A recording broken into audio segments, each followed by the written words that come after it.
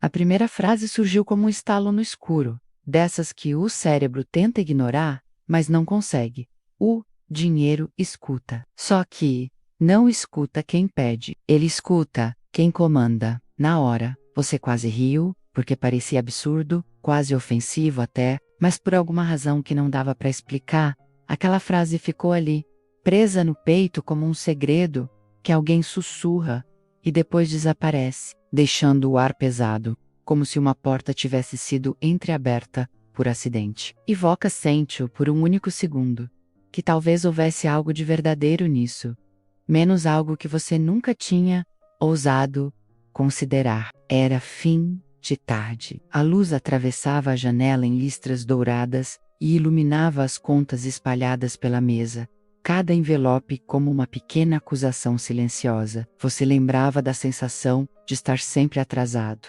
sempre correndo atrás, sempre tentando convencer o dinheiro a ficar. Uma busca quase humilhante, como alguém implorando por atenção que nunca vem. E havia aquele incômodo que você tentava calar. Por que algumas pessoas pareciam atrair oportunidades com a mesma facilidade com que outras perdiam as suas? Por que o dinheiro parecia obedecer a uns e ignorar outros? Foi nesse instante que viu a senhora na padaria, aquela de cabelos prateados, com um jeito que misturava tranquilidade com uma estranha força. Ela olhou para você como quem enxerga o que está além, muito além menos, e disse algo tão simples que arrepiou. O problema é que você fala com o dinheiro como quem teme, e tudo que você teme, foge. Você ficou parado, segurando o pão quente, sentindo a frase atravessar sua mente como uma lâmina fina. Ela virou as costas, como se tivesse dito apenas algo corriqueiro, mas algo ali não era comum. A voz dela tinha um peso, como se estivesse repetindo uma verdade antiga, algo que estava no mundo desde sempre, mas que você nunca ousou ouvir. Você até tentou chamar, perguntar o que exatamente ela queria dizer menos, mas ela já tinha desaparecido entre as prateleiras, como se nunca tivesse estado lá. E então veio o detalhe estranho. Quando chegou ao caixa, percebeu que aquele pão, o único que restava, estava guardado ao lado de uma pequena anotação, em papel amarelado, como se alguém tivesse esquecido ali. As palavras eram curtas, desenhadas com caligrafia firme.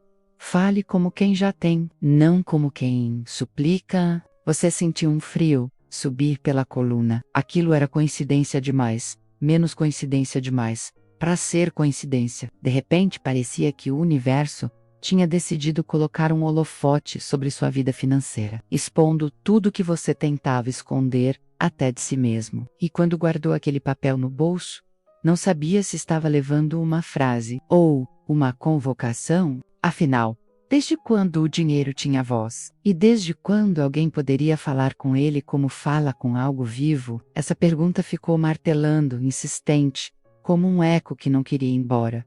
Agora me diga, se você estivesse ali no seu lugar, segurando aquele bilhete, acredite nisso? Coloque aqui abaixo nos comentários. Você acha que o dinheiro escuta a forma como você fala com ele? Aquela noite tinha um silêncio diferente, não um silêncio comum, mas aquele que parece observar você enquanto pensa. Você sentou na cama, acendeu o abajur e segurou novamente o pequeno papel encontrado na padaria. A frase parecia ainda mais viva sob a luz quente. Fale como quem já tem, não como quem suplica. Era como se a tinta tivesse pulsação própria. E conforme você repetia mentalmente aquelas palavras, uma sensação incômoda começou a se formar. Se existia uma maneira certa de falar com o dinheiro, então você vinha falando da pior forma possível. No fundo, tinha medo de admitir isso, porque se fosse verdade, significava que nunca faltou esforço, mas faltou direção. Não faltou trabalho, faltou autoridade. A palavra autoridade ecoou como se fosse grande demais para caber no seu peito. Você lembrou das vezes em que pediu, das vezes em que justificou, dos momentos em que prometeu se sair dessa de novo. Sempre com a voz baixa, sempre com aquela postura interior que diz: eu aceito pouco, porque o muito não é para mim. Era como olhar para o próprio reflexo e perceber, pela primeira vez, que não era o mundo que o diminuía, era você quem falava pequeno demais. Foi então que ouviu barulhos na cozinha. A casa estava vazia. ninguém mais deveria estar acordado. Você caminhou devagar, cada passo mais lento que o anterior, com a sensação estranha de que algo estava prestes a acontecer. E quando acendeu a luz, viu ali Sabra, a mesa, o bilhete novamente.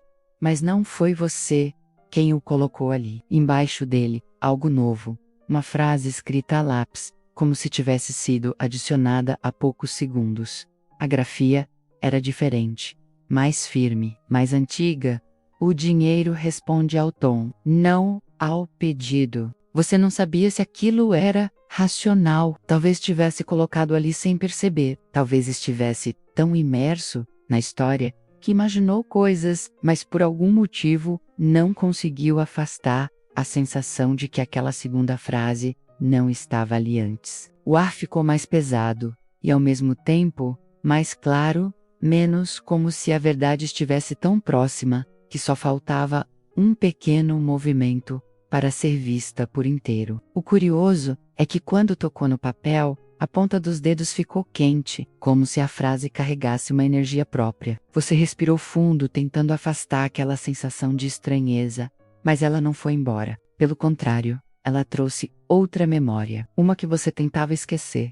A lembrança de quando, anos antes, alguém havia dito que você tinha voz de desistência, e aquilo mais doeu ainda porque, no fundo, talvez fosse verdade. Mas, e se a voz pudesse mudar? E se existisse uma forma de falar com a vida menos, e com o dinheiro, que ativasse um tipo de força silenciosa que sempre esteve adormecida dentro de você? Essa pergunta ficou ali, suspensa como fumaça que não se dissolve. E enquanto você encarava aquelas duas frases sobre a mesa, uma terceira começou a se formar na sua mente. Não escrita, não dita, mas presente. Como se estivesse vindo de algum lugar que você ainda não sabia nomear. E era impossível ignorar a sensação de que quando essa terceira frase finalmente fosse revelada, nada menos, absolutamente nada menos continuaria igual. A primeira coisa que o espectador sente neste momento não é o som, mas a ausência dele. Um silêncio quase sólido,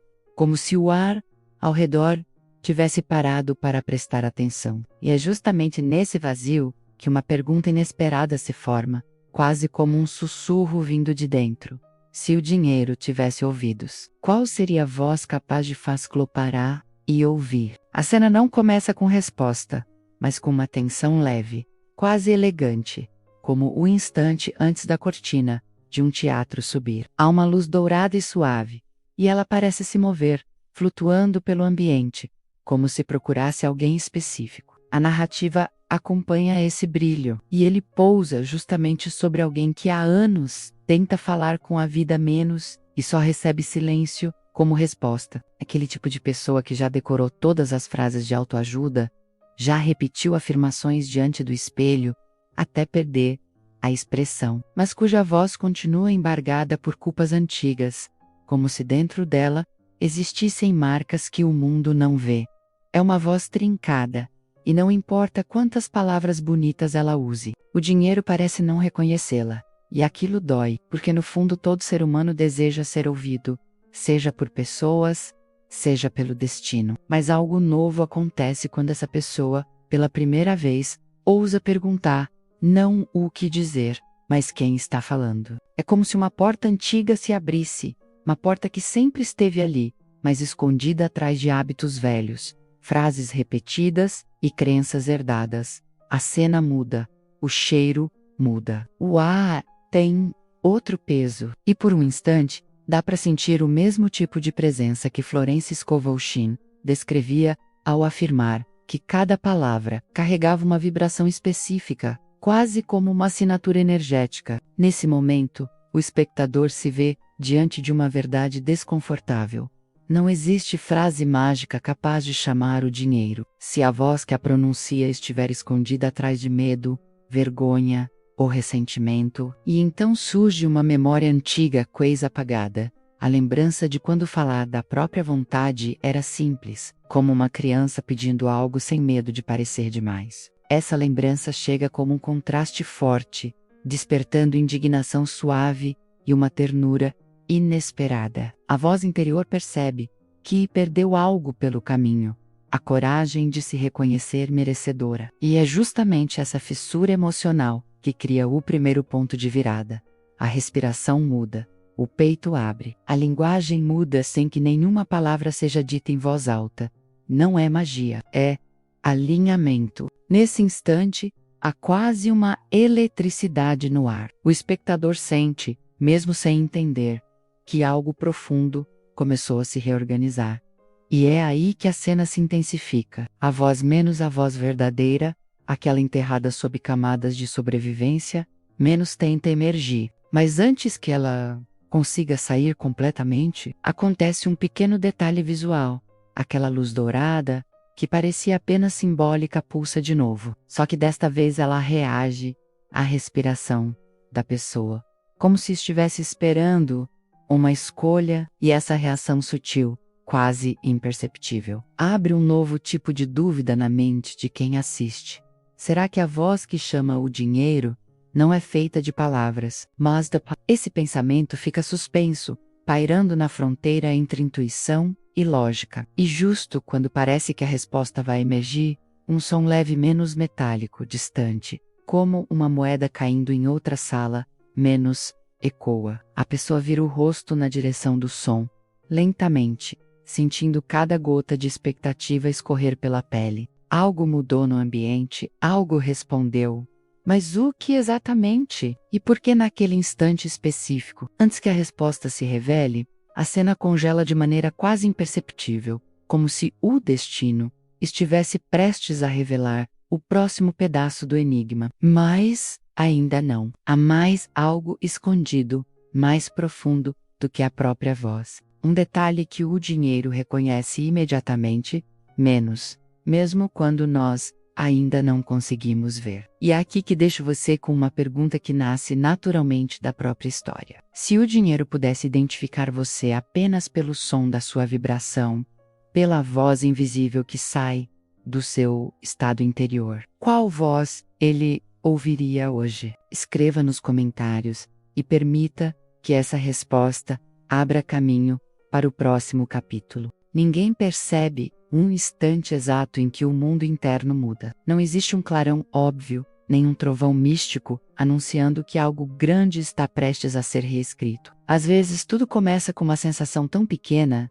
que quase passa despercebida, menos como quando o ar fica mais denso por um segundo, ou quando a pele arrepia sem motivo aparente. Mas é nesse quase nada que o extraordinário costuma se esconder. E aqui, neste momento da história, é exatamente isso que acontece. Um silêncio denso, carregado como nuvem, antes de tempestade. A pessoa que caminhou desde o início dessa narrativa, que enfrentou memórias enterradas, crenças herdadas e vozes quebradas, agora está ali, parada, diante de um limite invisível. É como se estivesse diante de um espelho que não reflete apenas o corpo menos, mas também todos os medos que seguraram sua vida até aqui. E ao mesmo tempo, todos os potenciais que sempre esperaram que ela despertasse. De longe o espectador quase sente o cheiro de algo prestes a se transformar. É uma mistura de poeira antiga com o frescor de algo que nunca existiu antes. A luz dourada, menos aquela que parecia se mover com a respiração, agora vibra como se estivesse viva. Ela não ilumina apenas o rosto da pessoa, mas tudo ao redor. Cada objeto esquecido no canto, cada detalhe que antes pareceria irrelevante. E essa mudança na própria luz faz o ambiente parecer outro, menos como se o mundo estivesse aguardando uma palavra, apenas uma. E justamente por isso, a atmosfera fica elétrica, tensa, poética, como se até o tempo estivesse inclinado para frente, ouvindo. E então, a voz surge. Não é alta, não é ensaiada, não é perfeita. Ela vem da região mais profunda do ser, um lugar anterior ao medo e posterior à dor. Uma voz que carrega ao mesmo tempo fraqueza e coragem, falhas e força, sombra e luz. E é essa mescla menos esse contraste bruto e honesto que faz algo quase impossível acontecer. O dinheiro responde, não com palavras, não com milagres instantâneos, mas com uma vibração perceptível, quase táctil, como um campo magnético se rearrumando. É como se o universo inteiro tivesse levantado o rosto para ouvir. Acontece uma expansão silenciosa, como se a própria realidade tivesse afrouxado um nó antigo. O ambiente parece crescer, a temperatura muda um pouco.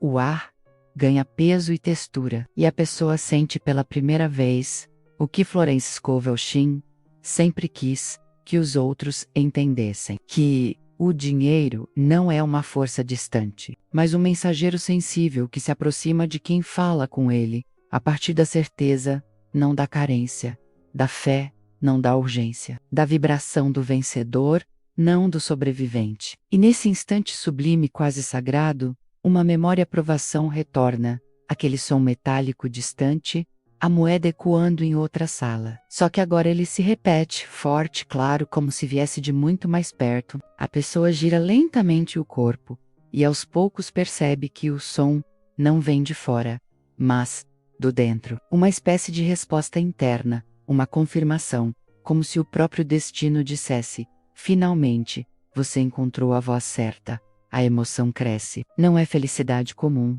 Não é entusiasmo rápido, é algo mais profundo, algo que causa calor por dentro e faz os olhos arderem, de forma involuntária. Uma mistura de alívio, revelação e força. Mas esse ápice não vem sozinho. Porque, no meio desse momento intenso, surge um detalhe que ninguém espera, menos uma frase curta, muito curta, que invade a mente da pessoa sem pedir permissão. Uma frase que não tem som, mas tem impacto.